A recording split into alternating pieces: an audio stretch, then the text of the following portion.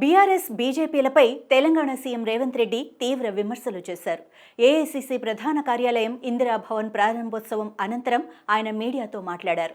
RSS అడుగుజాడల్లోనే నడుస్తూ BRS party బీఆర్ఎస్ఎస్గా మారిందని వ్యాఖ్యానించారు. జాతీయ స్థాయిలో బీజేపీ కాంగ్రెస్పై ఆరోపణలు చేస్తే తెలంగాణలో బీఆర్ఎస్ అదే ఫాలో అవుతుందని విమర్శించారు. 40 ఏళ్లుగా సొంత కార్యాలయం లేకుండానే కాంగ్రెస్ పార్టీ దేశానికి సేవలందించిందని, ప్రపంచంలోనే మేటి దేశంగా భారత్ను తయారు చేసేందుకు భవిష్యత్ ప్రణాళికలు తయారు చేసే వేదికగా కాంగ్రెస్ పార్టీ నూతన కార్యాలయం ఉంటుందని రేవంత్ రెడ్డి వ్యాఖ్యానించారు.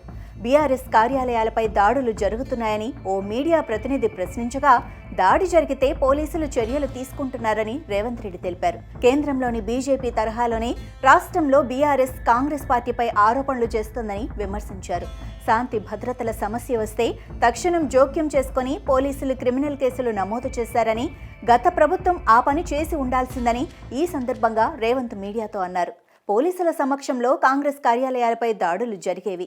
ఇప్పుడు ఆ పరిస్థితి లేదు. ఎక్కడైనా ఏదైనా తప్పు జరిగితే సరిదిద్దుకునేందుకు ప్రభుత్వం సిద్ధంగా ఉందని సీఎం చెప్పారు. తమకు ఒకరు నేర్పించాల్సిన అవసరం లేదన్నారు.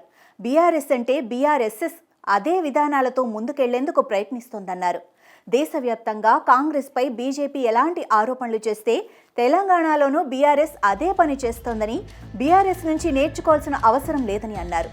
చట్టాన్ని సమర్థంగా అమలు చేసేందుకు కాంగ్రెస్ ప్రయత్నిస్తుందని, తెలంగాణలోనూ ఇదే జరుగుతోందని సీఎం చెప్పారు. బీజేపీ జూటా మాటలు చెప్పే పార్టీ అని, బీజేపీ నేతల వ్యాఖ్యలపై ఫోకస్ పెట్టాల్సిన అవసరం లేదని అన్నారు.